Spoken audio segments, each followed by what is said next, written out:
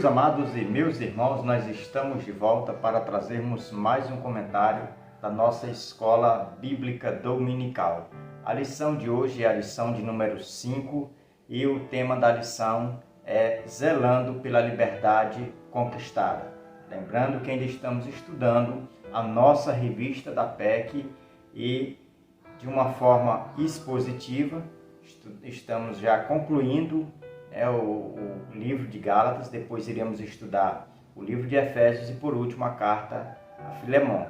Então nós estamos já no capítulo 5º, lição de número 5, e nessa lição nós vamos falar acerca do nosso zelo que nós devemos ter com relação à liberdade conquistada em Cristo. Então o capítulo 5 do livro de Gálatas é um dos capítulos mais conhecidos da carta aos Gálatas, porque nesse capítulo 5 ele é dividido em 3 partes. A primeira parte ela vai se estender até o versículo 12, e do versículo 13 até o versículo de número 18, nós vamos ter a segunda parte que vai falar sobre a liberdade limitada pelo amor, ou seja, o limite da liberdade é o amor cristão. E já a última parte, a terceira e última parte desse capítulo, não menos importante, acredito que seja até mais conhecida do que essas duas outras partes já citadas, porque ela vai falar sobre o fruto do Espírito, que é o amor, e também sobre as obras da carne. Então, nessa última sessão, nessa última parte desse capítulo, que vai falar sobre as obras da carne e o fruto do Espírito, nós já precisamos ter um entendimento acerca de que as obras da carne é para aquelas pessoas que não herdam ou não vão herdar o reino de Deus. Já o fruto do Espírito é para as pessoas que herdam o reino de Deus, ou o que é o reino de Deus. Então nós precisamos já fazer essa distinção entre essas duas naturezas, uma natureza espiritual e a outra natureza terrena. Mas o cristão ele tem essas duas naturezas, a natureza adâmica e a natureza do espírito. E quem vai guiar o ser humano é a natureza que mais for alimentada. Então nessa lição de hoje nós teremos uma oportunidade de aprender sobre essas 3 divisões do capítulo 5 da carta aos Gálatas, subordinado ao tema Zelando pela Liberdade Conquistada. E essa palavra zelando, ela existe inúmeras palavras sinônimas dela, entre as quais eu até anotei aqui o significado de algumas delas, e não é muito estranho para nós cristãos, porque é algo que nós já praticamos no dia a dia. A palavra zelando, ela tem um significado ou sinônimo de cuidar, de proteger, de guardar, vigiar, olhar, tutelar, a outra aqui, dedicar-se, interessar-se. Então são inúmeras palavras que vai descrever essa palavra zelando, que é a mesma coisa que administrar ou tratar. Então, nós vamos ter a oportunidade de administrar a liberdade conquistada. Então, nessa lição de hoje, nós vamos ver que a liberdade cristã, ela é para os crentes usufruírem, ou seja, fazer aquilo que é certo. Então, na lição de hoje, no primeiro ponto, aqui apresentando já os objetivos específicos, a gente vai aprender no primeiro objetivo, que a liberdade em Cristo, ela tem que ser celebrada. Então, a gente vai aprender o que não é liberdade cristã e o que é liberdade cristã. Porque tem muita gente, às vezes, que confunde a liberdade cristã com algumas coisas. Por exemplo, a liberdade cristã, ela não é a licença para a gente pecar. Ela é, na verdade, um requisito para que nós aprendemos que nós não somos mais governados ou não estamos mais debaixo do poder do pecado, mas nós temos a liberdade para se achegar a Deus. Então a liberdade cristã, ela não é uma portabilidade ou ela não é uma permissão para que nós venhamos a pecar, não é licenciosidade para pecar. A liberdade cristã, ela não é uma permissão para explorar o próximo, porque hoje a gente entende que tem muitas pessoas que às vezes faz uso da liberdade cristã para explorar alguns cristãos ou alguns dos seus irmãos ou nos relacionamentos. Por exemplo, tem pessoas que porque acham que é cristão têm o direito de explorar alguém, e a gente entende pela palavra de Deus que quem ama não explora. E se a gente está em um ambiente onde nesses relacionamentos há uma exploração, então o amor está ausente. Então ali não é a liberdade cristã. Isso não é liberdade cristã, essa permissão para explorar nos relacionamentos. Uma outra coisa que eu quero destacar é que a liberdade cristã, ela não é uma autorização para ignorar a lei de Deus. Fiz os rascunhos aqui e preciso também que você anote alguma coisa aí para você levar para a sua classe. Então, a liberdade cristã, ela não é uma autorização, ou seja, não nos autoriza a ignorar a lei de Deus. Porque a lei de Deus, quando aceitamos a Jesus, a lei de Deus, ela traz consigo uma condenação. A Bíblia diz que todas aquelas pessoas que não aceitaram Jesus, elas já estão condenadas pela lei de Deus. Então, uma pessoa quando aceita Jesus, ela é livre dessa condenação. Mas os preceitos da lei ainda têm que ser vividos, aplicados na nossa vida. É certo que Jesus, quando ele veio ao mundo, ele cumpriu toda a lei, todos os preceitos, e isso vale para nós. Nós estamos com base em tudo que Cristo seguiu, mas nós não temos por que ignorar a lei, porque o apóstolo Paulo vai falar lá em Romanos capítulo 7, verso 12, no verso 14, que a lei de Deus, ela é boa, ela é perfeita, ela é santa, ela é espiritual. Então, se ela é tudo isso, é porque ela veio de Deus. Então, não há motivo porque um cristão que aceitou essa liberdade, que vive essa liberdade cristã, ignorar a lei de Deus. Então, a lei de Deus, ela não tem que ser ignorada, nós não temos que repudiá-la. Pelo contrário, ela é boa, mas ela não tem o intuito de salvar. É isso que a gente precisa fazer a distinção.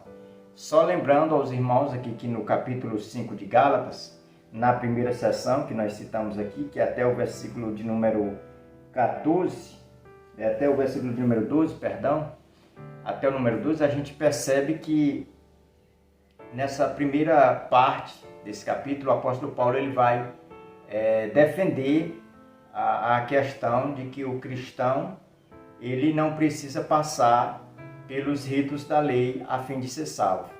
Porque esses legalistas aqui do capítulo 5 da carta aos Gálatas, eles andaram espalhando uma história acerca do apóstolo Paulo.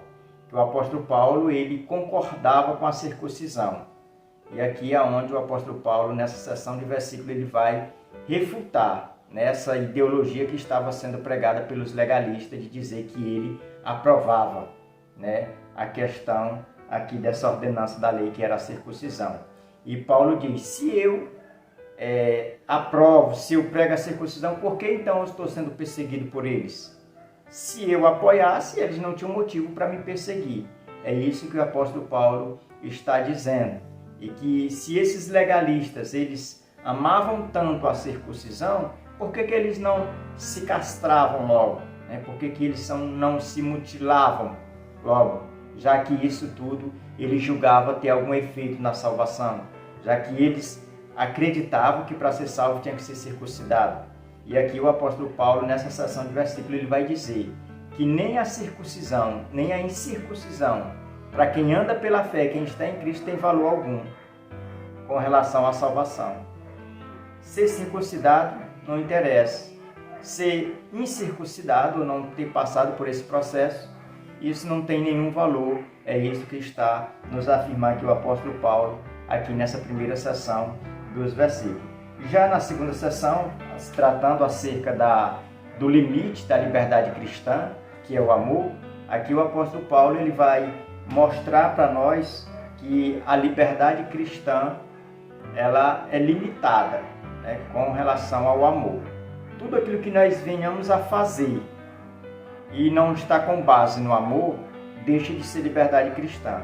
Já passa a ser libertinagem, a ser, quem sabe, uma afronta à liberdade cristã, mas não é mais liberdade cristã. A liberdade cristã, ela só vai até onde existe amor.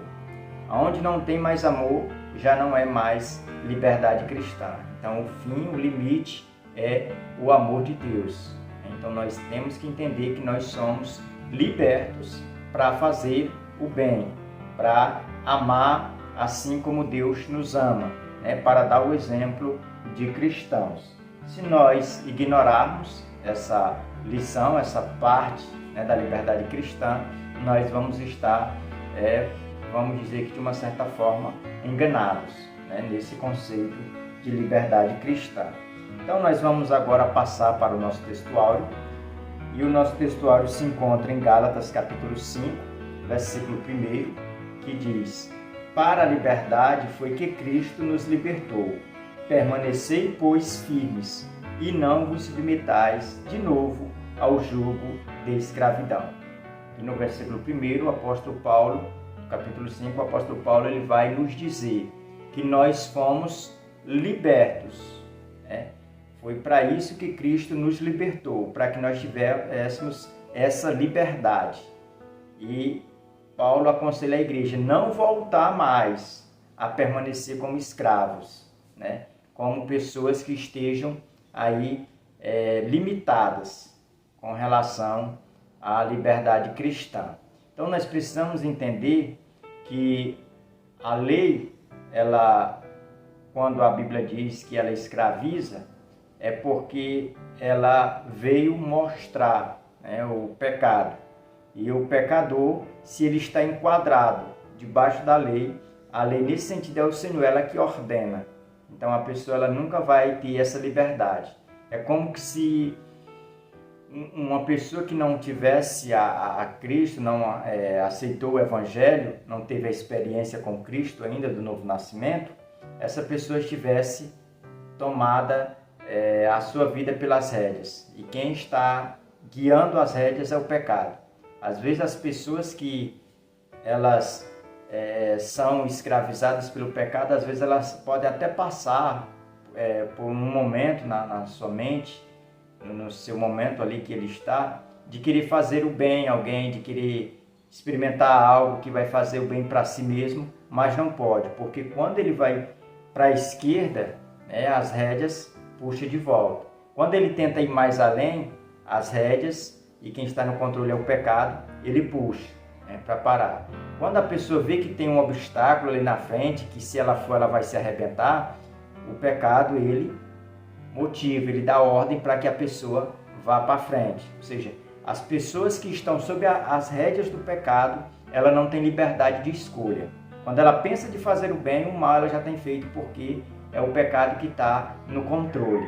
E isso a gente vai ver aqui, que é com relação à natureza terrena, ou à natureza adâmica. Então, nosso textual ele esclarece para nós não voltarmos a submetermos-nos à escravidão, que outrora éramos. A igreja da Galácia do Sul, todas essas congregações que faziam parte dessa região, elas estavam entendendo de que elas tinham sido libertadas, começaram bem a carreira, estavam caminhando bem, mas quando os legalistas chegaram, elas deram uma parada. E Paulo aqui no capítulo 5 vai motivar eles a voltar a correr, a voltar a continuar correndo aonde eles tinham parado.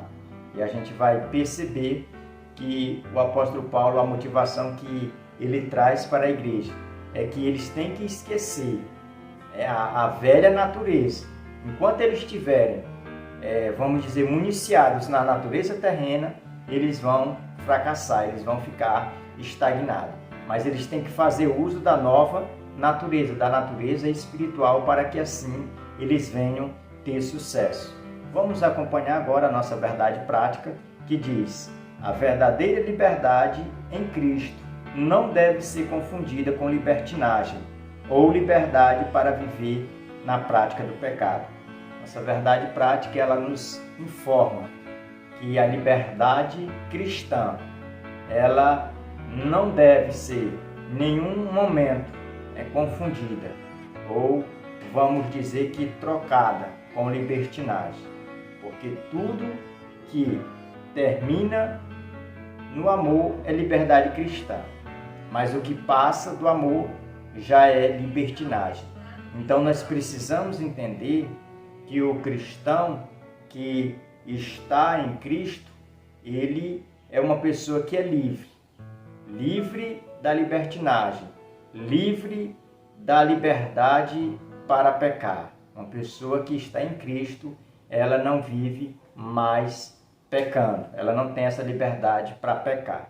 Então, a nossa verdade prática, ela nos esclarece acerca desses assuntos, porque a igreja da Galácia, o que os legalistas estavam querendo colocar na mente e no coração da igreja da Galácia era que os irmãos, eles precisavam voltar à lei, e voltando à lei, de uma certa forma, eles estavam lançando por terra o sacrifício de Cristo. Eles estavam, de uma certa forma, ignorando os preceitos. E o apóstolo Paulo, aqui no capítulo 5, ele vai deixar isso bem claro, sem nenhuma dúvida, que a pessoa que está no Evangelho, que deixa o Evangelho para seguir os preceitos, as ordenanças da lei, essa pessoa está deixando a vida pela morte, ela está trocando a luz pelas trevas. Essa pessoa, ela está caindo da graça. Essa é a expressão que o apóstolo Paulo vai mostrar aqui. A pessoa que deixa o Evangelho pela lei, ela decaiu da graça. Ou seja, ela está dizendo que a graça não tem serventia nenhuma, que a graça não se aproveita nada. Ela quer voltar à lei. E a lei, nós vamos ver que a pessoa que vai entrar por essa vereda, querendo encontrar na lei a salvação, essa pessoa, ela não vai conseguir. Pelo contrário, ela vai sempre ser vencida pela natureza adâmica, pela natureza terrena. Vamos passar agora a nossa introdução.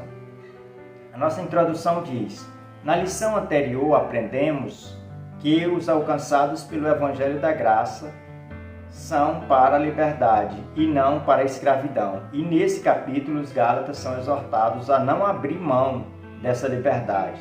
São orientados a refutar a proposta judaizante da circuncisão, sob pena de estarem invalidando o sacrifício de Cristo. Então, aqui na nossa introdução, nosso comentarista, ele, mais uma vez, de uma forma direta, de uma forma clara e bem nítida, ele nos informa de que as pessoas que seguem o caminho da circuncisão, querendo ou achando que precisa ser circuncidado para ser salvo, está invalidando o sacrifício de Jesus, está invalidando o sacrifício vicário. Então nós precisamos, além de entender, nós precisamos propagar essa verdade, nós precisamos explicar essa verdade, que a circuncisão, para quem é cristão, não serve de nada. A incircuncisão também não tem nenhum valor satisfatório com relação à salvação. Então, tudo isso a gente já tem que deixar bem claro diante da nossa classe, que a circuncisão e a incircuncisão, quando se trata de salvação, não tem valor nenhum, não tem serventia nenhuma. Então, o primeiro ponto da nossa lição, nós vamos falar sobre libertos para a liberdade. E aqui, no primeiro tópico, nós vamos comentar um pouco sobre quando éramos escravos. O tópico diz, éramos escravos, com base no versículo 1, que foi o nosso textuário, que diz que um escravo, aqui o comentarista ele vai usar os fatos históricos da época em que a carta foi escrita, que ainda existia essa questão da escravidão. E um escravo, quando ele era vendido no mercado, em uma praça pública, ele era comprado, né, por um alto preço ou por um preço, dependendo da sua situação. Alguém o comprava, mas não para lhe dar liberdade. Era para que essa pessoa viesse trabalhar, né, para que essa pessoa viesse servir na sua casa. Então, um escravo dessa forma, quando ele era comprado, ele não era com o intuito de ser livre, de ter essa liberdade, de viver, de andar com uma pessoa que fosse livre, que não tivesse aí um senhor, não tivesse que prestar conta para alguém. Mas quando se trata do Evangelho, quando a Bíblia diz que nós fomos libertos da escravidão, do pecado, nós somos livres em Cristo para vivermos uma vida plena com Deus. Pois nós sabemos que todas as pessoas que ainda não aceitaram Jesus, em primeiro lugar eles estão, vamos dizer que condenados. Eles estão diante da condenação da lei. Depois, eles são regidos pelo poder do pecado. Eles não têm autonomia para escolher se peca ou se não peca. O pecado vai obrigar. Então, eles são regidos pelo poder. Terceiro, eles vão estar contemplando, também com a presença do pecado. E quarto, eles nunca vão ter essa liberdade, ou seja, nunca vão ter a carta de alforria. Então, agora, uma pessoa quando aceita Jesus, eles automaticamente, quando aceita Jesus, quando é dado o passo inicial da salvação, que nós conhecemos como novo nascimento, que é a mesma coisa que regeneração e depois a justificação, essa pessoa quando aceita Jesus, a primeira liberdade que ela recebe é a liberdade da condenação do pecado. Ela já não é mais vista como alguém que é condenado pela lei. Na pessoa de Adão, essa pessoa ela já é livre dessa condenação. Segundo lugar, essa pessoa recebe uma segunda liberdade, é a liberdade do poder do pecado. A pessoa, quando ela aceita Jesus, ela é livre da condenação, livre também do poder do pecado. Ela só peca se quiser. Ela já sabe que se pecar, ela vai morrer.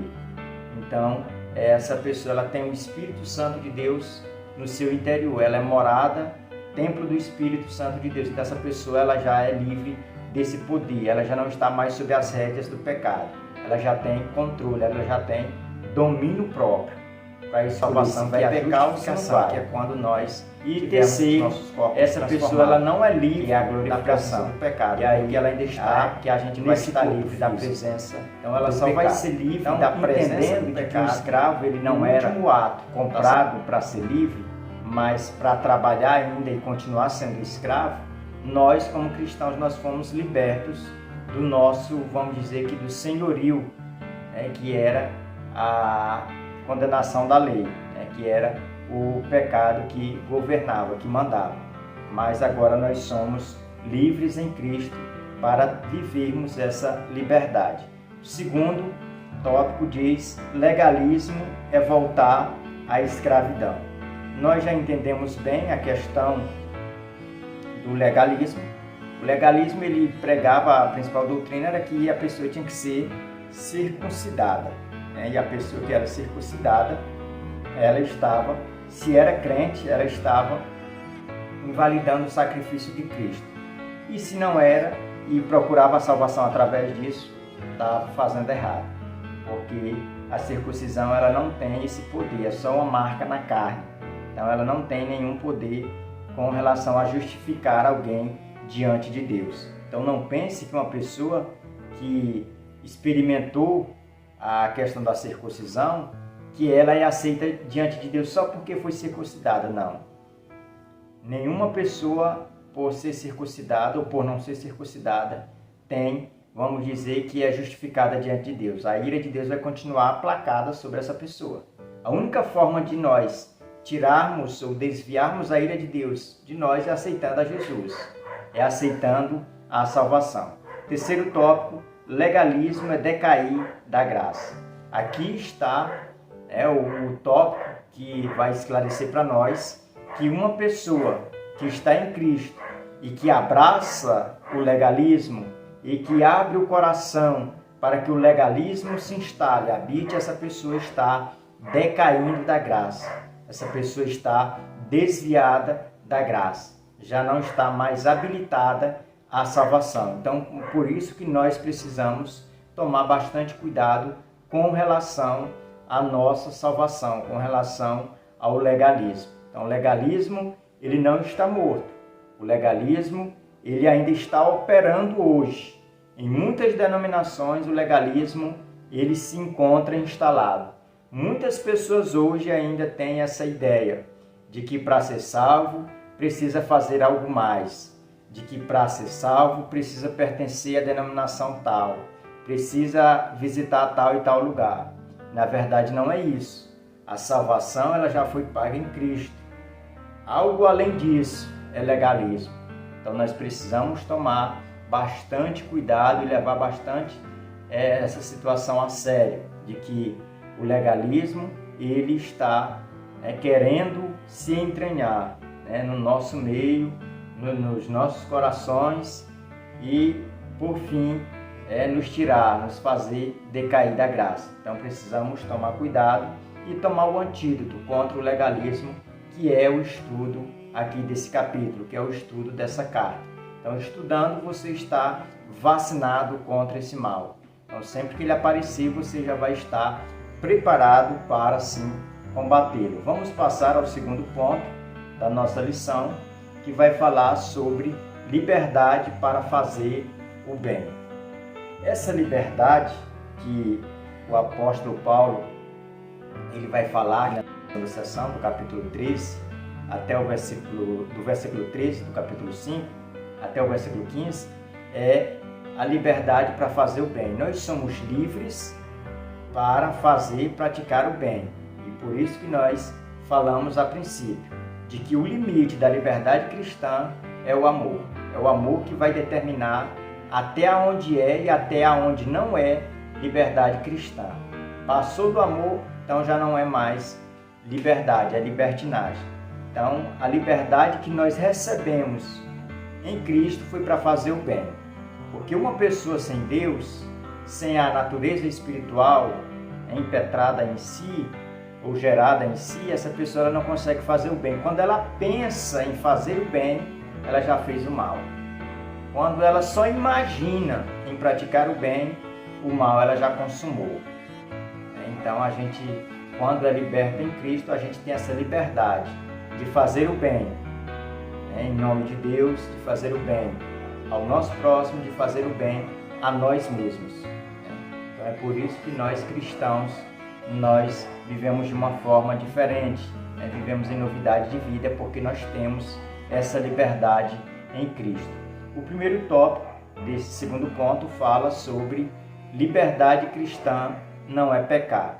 Aqui a gente entende que nós temos liberdade em Cristo, não para pecar. É aqui onde eu disse que a gente vai aprender um pouquinho sobre o que é e o que não é liberdade.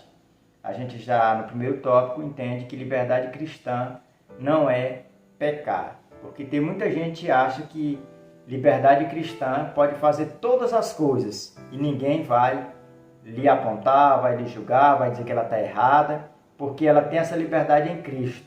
Na verdade, não é isso. Liberdade cristã é o oposto disso. Liberdade cristã é você não pecar. Porque se você está pecando, você não é livre. Você continua regido pela sua natureza terrena. Você continua sendo, vamos dizer que, guiado pelas suas velhas paixões. Então, uma pessoa que é livre em Cristo, ela não peca. Porque ela tem essa liberdade de escolher o pecado e de dizer não ao pecado. Agora, uma pessoa que ela é regida pelo pecado, ela não tem essa liberdade. Pelo contrário, ela vive, vamos dizer que escravizadas pelas rédeas do pecado. O pecado ora manda ela ir para a esquerda, ora para a direita, ora para frente, ora manda ela parar. Porque ela não tem esse controle. Então, liberdade cristã não é liberdade para pecar. Não é, vamos dizer, que uma pessoa que tem a liberdade cristã, ela pode continuar vivendo na prática do pecado. Não, a liberdade cristã, ela nos isenta de pecar. nesse sentido. Quando a gente vê o pecado, a gente tem essa natureza espiritual gerada dentro de nós, que vai nos dizer, que vai nos conscientizar de que o pecado não agrada a Deus, de que o pecado desagrada a Deus. Então a gente tem essa liberdade porque vamos ter essas duas naturezas dentro de nós. Tanto a terrena, que vai sempre querer o que é pecado, o que é corruptível, e temos a espiritual, que sempre vai querer nos aproximar de Deus, nos levar para perto de Deus, para as coisas de Deus e sempre glorificar a Deus. Então é essa natureza que nós devemos colocar como centro da nossa vida, como as rédeas para nos guiar, que é a natureza espiritual. Vamos passar agora ao nosso segundo tópico, do segundo ponto, que fala sobre as obras, fala sobre liberdade cristã e fraternidade, com base aqui no versículo 13, parte B. É onde a gente já citou aqui a nível de introdução que a liberdade cristã, ela não é uma licença para que a gente venha explorar nos relacionamentos, na questão da nossa fraternidade. Então nós somos livres para assim poder ajudar uns aos outros, ser útil a uns aos outros. Porque se nós exploramos ou queremos fazer o bem, já com a intenção de querer algo maior, isso não é uma ajuda, não é liberdade cristã, isso já é exploração. Então, um crente, um cristão, ele precisa entender que ele tem essa liberdade nos relacionamentos para estar disponível, fazendo bem a quem é necessário, a quem precisa. E se nós não fazemos esse bem, nós estamos da mesma forma que fazemos o mal, estamos errados. Porque tem muita gente que acha que se não fizer o mal, mas também não fizer o bem, já está fazendo a coisa certa. E na verdade, a ordenança aqui ela é imperativa. Ela diz para a gente fazer o bem. Não é deixar de fazer o mal e pronto, não, é fazer o bem. Deixar de fazer o mal, não fazer o mal e continuar fazendo o bem. Ou seja, alguém que lhe faz o mal, você tem que pagar aqui com o bem. Mas só quem consegue fazer isso é quem tem a natureza de Cristo, é quem tem o Espírito Santo nas rédeas, é quem tem aí o fruto do Espírito, que mais na frente a gente vai ver aqui sobre o fruto do Espírito. Vamos passar agora para o terceiro tópico desse segundo ponto, que fala sobre liberdade cristã vai além da lei.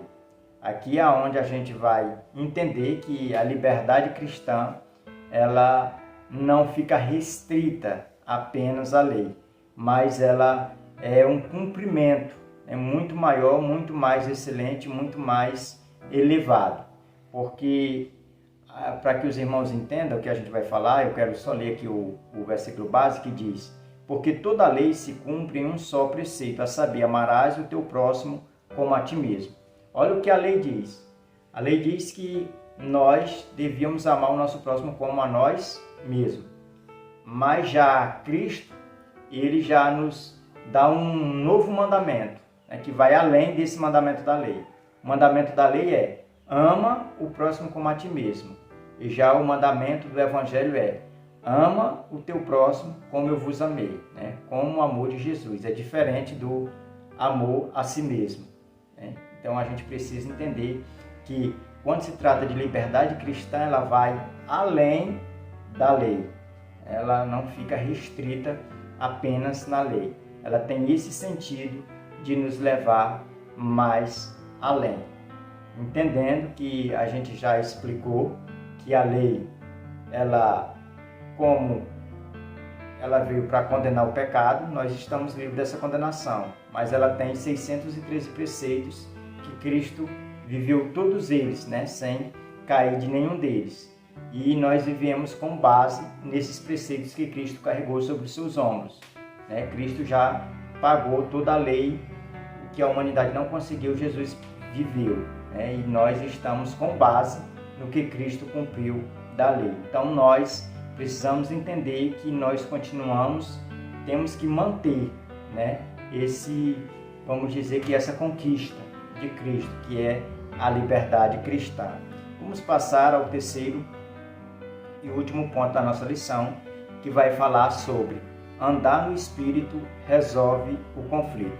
Nessa última sessão aqui do capítulo 5, nós vamos ver a questão do fruto do Espírito e das obras da carne. Aqui é onde a gente vai ver a diferença entre quem faz parte do reino de Deus e quem não faz parte do reino de Deus. Como é que a gente vai saber isso? É através dos frutos. Aqui, quem faz parte do reino de Deus, a gente vai ver que é através do fruto do Espírito. Tem o fruto do Espírito. E quem faz parte ou não faz, quem faz parte do reino mundano ou não faz parte do reino de Deus, é aqueles que manifestam as suas obras ou as obras da carne através aí da sua vivência, que a gente vai ver aí, que é do versículo 19 ao 21, acerca dessas obras da carne. E a gente vai ver que essas pessoas que cometem essas obras, elas estão, através dessas atitudes, dizendo que elas não têm a natureza espiritual, de que elas não são e nem fazem parte do reino de Deus. Elas não foram regeneradas, não experimentaram o novo nascimento. Então não é o Espírito que está nas rédeas, mas é a natureza terrena, é a natureza carnal, é o pecado adâmico, o pecado original que ainda está a governar essas pessoas. Então, nessa última sessão, nós vamos aprender sobre essas duas naturezas, a natureza espiritual e a natureza terrena. Então, nós vamos ter essa oportunidade de esclarecer, e é por isso que eu falei a princípio que essa parte, ela é mais conhecida desse capítulo. É a parte onde vai falar sobre duas naturezas, a natureza cristã e a natureza terrena. E a gente às vezes pode até fazer uma pergunta, mas quem é que vai vencer nessa batalha que é travada dentro de todo crente, de todo cristão, 24 horas por dia? É aquele que for mais alimentado. Se nós cristãos alimentarmos a nossa parte, a nossa natureza espiritual, com certeza nós vamos ser homens e mulheres espirituais. Vamos ser pessoas dirigidas pelo Espírito Santo. Agora, se nós não alimentarmos a nossa natureza espiritual, ela vai ser sufocada pela morte, porque a guerra ela está travada dentro de cada crente. A carne querendo governar, o Espírito querendo tomar as rédeas. E a gente precisa tomar uma atitude, colocar o Espírito Santo nas rédeas. Como é que a gente faz isso? Alimentando a natureza e mortificando a natureza carnal. E como é que a gente alimenta a natureza espiritual? É buscando as coisas de Deus, é se aproximando de Deus, é orando, é lendo a palavra de Deus, é se alimentando espiritualmente. E dessa forma a gente vai estar esmurrando a nossa carne. Os desejos carnais eles não vão ter como prevalecer contra a natureza espiritual. Então uma pessoa que é cristã e ela não se preocupa em alimentar a sua parte espiritual, ela vai acabar morrendo, porque ela vai se tornar uma pessoa carnal, e o espírito vai ser sufocado pela carne. É aonde essa pessoa ela vai acabar perdendo ou parando em meio à caminhada cristã, assim como os Gálatas tinham feito aqui nesse momento. Eles começaram bem, estavam correndo, o apóstolo Paulo vai dizer aqui no início do capítulo que eles estavam fazendo a corrida bem, mas foram persuadidos pelos legalistas e pararam de correr. Quem sabe começaram a andar ou até mesmo a andar para trás. E aí é onde o apóstolo Paulo começa a motivar eles, dizendo: quem foi que fez vocês parar? E essas pessoas que fizeram vocês parar, elas vão pagar. Vai ter uma condenação para ela. Isso a gente vê já no capítulo 11, versículo 11 até o 12. A gente vê o apóstolo Paulo usando essas expressões. Então, um crente que não alimenta a sua parte espiritual, ele faz como os crentes aqui da Galácia. Acaba deixando ser vencido pelo desejo carnal. Primeiro tópico, conflito entre carne e espírito.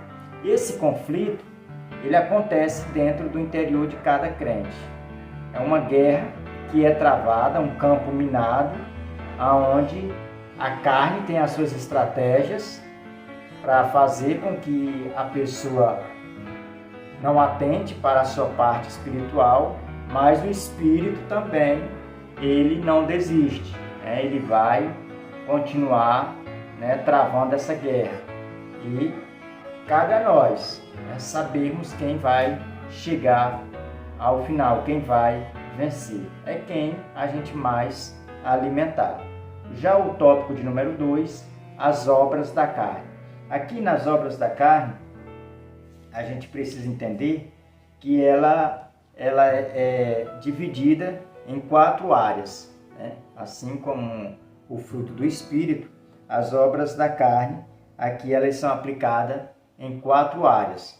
E a primeira que eu anotei aqui são pecados na área sexual. Essa é os pecados de prostituição, impureza e lascívia. E já na segunda área, pecados religiosos, que é a idolatria e também a feitiçaria. E já no terceiro, a terceira área é pecados sociais, que é inimizades, porfia e tantos outros. E por último, a última área é pecados pessoais, que é bebedícias e glutonarias. Então, essas obras da carne, elas são direcionadas ou objetivando afetar as nossas áreas da nossa vida. Isso no âmbito social, no âmbito pessoal e também religioso e até mesmo sexual. Então a gente precisa também fechar estas portas para que o nome de Deus ele seja glorificado em nossas vidas. Já que sobre o Espírito, a gente vai comentar no último tópico, né, da nossa lição, que é o tópico de número 3, que vai falar sobre o fruto do Espírito. E quando se trata do fruto do Espírito, tem muita gente que acha que é no plural, frutos do Espírito, mas não é fruto, é no singular, é só o fruto. Aí a gente, para descrever isso, a gente usa, é muito comum, né, na área do ensino, a gente ensinar o exemplo de uma laranja, de uma tangerina, de um limão, onde eles têm gomes, né? E cada gome desse simboliza aqui uma virtude do fruto do Espírito, que inicia com o amor, né? E depois vem longanimidade, vem benignidade. A gente precisa entender que todas essas virtudes, né, com base aqui no versículo 16 ao 18, a gente vai ver que todas essas virtudes, elas compõem apenas um só, que é o fruto, não é os frutos. Então, já esclarecendo que o fruto do Espírito é no singular, a gente já parte, né, já com esse intuito de entender que as virtudes do fruto, ela inicia com amor, depois paz, longanimidade, benignidade, bondade, fidelidade e mansidão, e por último, domínio próprio. Então, as pessoas que vivem nas obras da carne, ela perde tudo isso do Espírito. Ela não tem bondade, ela não é fiel, ela não tem paz, ela não sente paz no seu interior. E o interessante é que quando, às vezes, a pessoa fala em paz, tem muita gente que acha que a paz, como fruto do Espírito, ela é algo que é um prazer que as pessoas sentem em bens materiais, em momentos. Não, essa paz que é gerada no crente espiritual, como fruto do Espírito, é uma paz com Deus, é uma paz que ela é independente da pessoa ter bens, não ter, dela estar com prazeres, vamos dizer que materiais, ela está além disso, ela é em Deus. Então é aquilo que Jó experimentou. Jó perdeu tudo que tinha, mas ele continuou com essa paz no coração com Deus. Então a gente precisa entender que essa paz ela é gerada só em pessoas que têm o Espírito Santo, que têm essa natureza espiritual. Então é impossível alguém andar manifestando os frutos da carne e ter ainda esse fruto do Espírito, essas virtudes manifestas. Então a gente precisa zelar pelo nosso lado espiritual. Eu já quero aqui concluir, né, trazendo a aplicação pessoal, para que o vídeo não se prolongue muito. Diz assim: o cristão livre em Cristo, através da ação do Espírito Santo, é capacitado a fugir das obras da carne, cultivar o fruto do Espírito. Que Deus abençoe. Até o nosso próximo encontro, em nome de Jesus.